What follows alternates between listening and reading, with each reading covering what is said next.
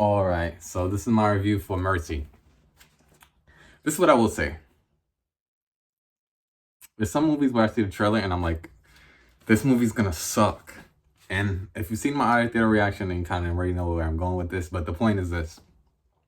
I'm honest. I gotta be honest. If a movie changes my opinion, and here's the thing, when I look at movies, I grade it basically, if I had to grade a movie, basically, someone's like out of 5 stars, whatever it may be, it's always on what was my experience? How did I feel in the theater? How did I feel leaving the theater? That is what I think about when I see a movie. I don't think about, I know obviously the script and then the effects, all those things come together to form something called an experience. And that is what I go from. I don't if the script is so terrible and someone says, oh, the script is terrible and the effects was terrible, but then you had so much fun with a film, then how was your experience? You have to be honest. What did you feel when you watched it? When you left, did you enjoy it? Did you have fun?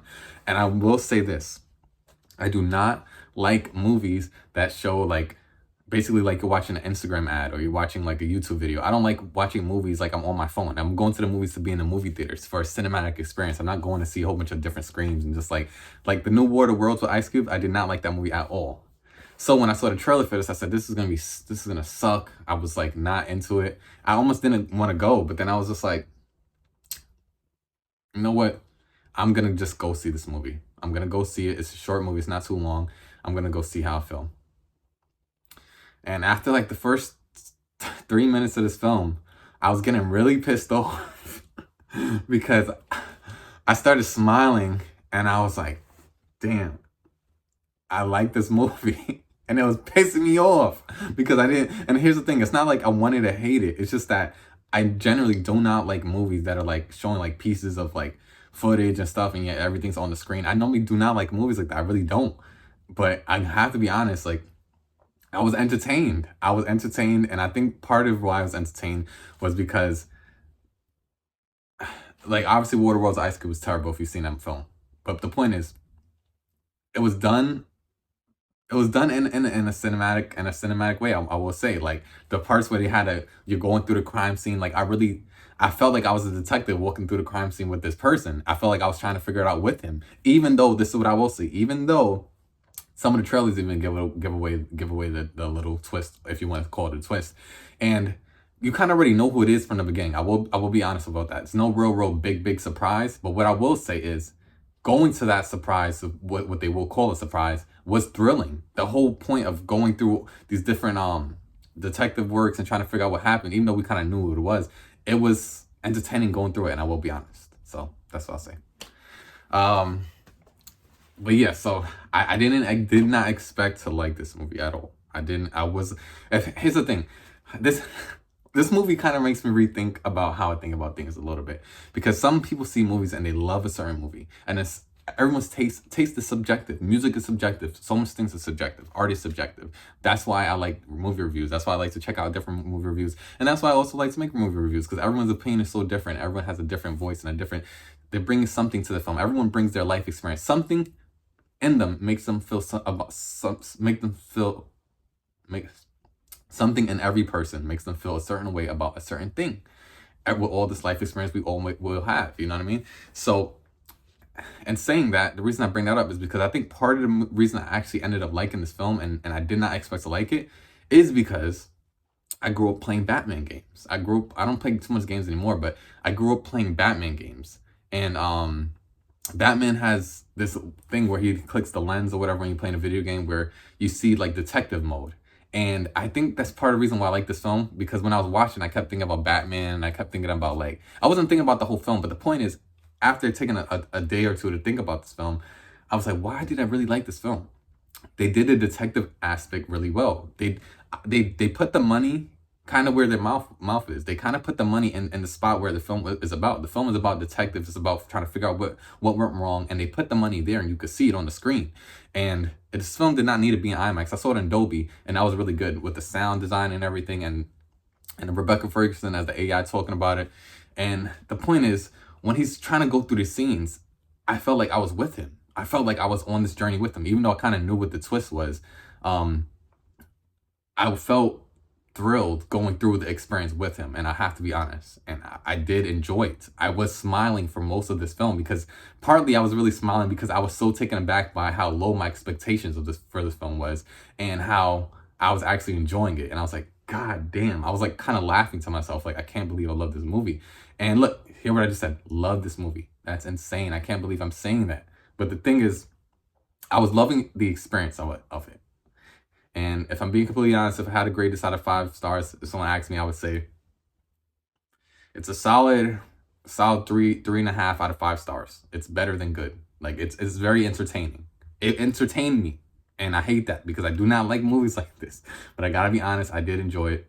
And I think partly because of the performance with Chris Pratt and also Rebecca Ferguson as the AI, who I think was perfect because she has like the perfect kind of like beautiful face, and like she has like that tone of voice which is very alluring, which is almost like perfect for an AI. So when she talks, you kind of want to lean in and listen. So she's like the perfect person to be the AI. Either her or Scarlett Johansson, or they could have picked, you know, like someone who has an alluringness to him. But you know who's great? That's crazy. I'm thinking about this right now. Well, I'm forgetting her name. Who else could have been great as the AI?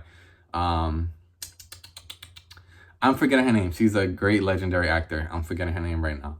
Her name's gonna come to me, but the point is, I'm talking about who could have been the AI, and that I think that's part of the reason why I did like this film. Like I said, Rebecca Ferguson's face and her voice is very alluring, and it's very like it brings you in. So it's calming, and it's like it works for AI. And I think Scarlett Johansson, she could have worked as AI as well. She's played AI in movies before. But the point is, there's another actress. I'm forgetting her name. So much right now. But the point is, in Black Panther, she is Black Panther's mom. Okay, Black Panther's mom. I'm forgetting her name. She's a legendary actress. I don't know. I'm forgetting her name right now. Oh my gosh, her name's gonna come to me. But the point is, I'll put a photo up. You'll know who I'm talking about. So basically, the AI, as long as it's someone who seems like soft and also like, you know, like you could almost trust them, I think that's what works for the AI. Someone like that. So that's who I'm talking about. Black Panther's mom. She could have been a great AI person as well. But the point is, the actors help this movie, and they help take you through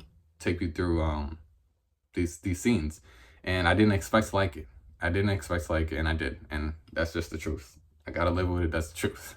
And here's the thing: this film experience of me thinking this movie was gonna suck, and I actually enjoyed it, makes me think about a movie I did not go to see because I thought it looks like it was gonna suck so bad in the trailers, and that was Anaconda. I did not see the film Anaconda, but the trailers, I saw it. And here's the thing: I normally don't watch trailers. I'll watch like 10 seconds of a trailer, and I'll put my head down. I'm like, close my eyes, let the sound play, whatever in the theater. I'm like, I don't need to see anymore. I'm gonna watch it, or I don't need to see anymore.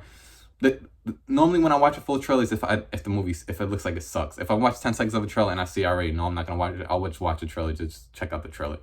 But if something intrigues me, I'll put my head down. I'm like, no, I don't want to see the trailer. I'm gonna go see the film. I don't need to see anymore. But the point is, with Anaconda, the trailer did not work for me. And I'm not saying I would have loved Anaconda, just like I really actually did enjoy this film. But it makes me intrigued. But that's the danger.